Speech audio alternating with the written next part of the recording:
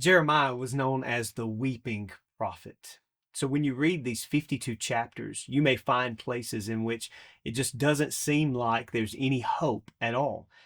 But what God does in this wonderful Old Testament book is, as the people are going into captivity and during the first few years, God's reminder to them through the prophet Jeremiah is, I am with you, and I know the plans that I have for you.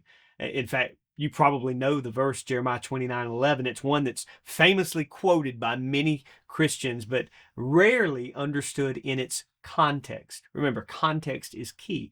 And what God is telling the people is, you are going to be punished. You are going to go through judgment. For 70 years, you'll be in Babylon. And the words of Jeremiah in this book are words of grace to a people that is being told they have to endure. God says, plant your vineyards, build your houses, settle in. You're going to be here for a while.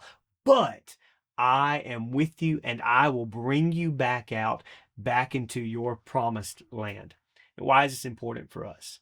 Because you and I might be living today in a sense of Babylonian captivity. Maybe the life that you're living is full of suffering and sorrow. Or maybe just the political climate we find ourselves in, maybe uncertainty about the future. You don't know exactly what's going on. And God's word still rings true thousands of years later. I know the plans I have for you.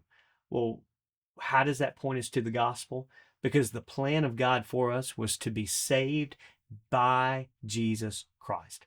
That by grace you have been saved through faith in the work of Christ, his death, his burial, his resurrection. And what Jeremiah would tell to his kinsmen, to his nation, as the weeping prophet, we cry out to others saying, there is hope, there is grace, there is mercy, and there is life forevermore if you'll trust in Jesus Christ.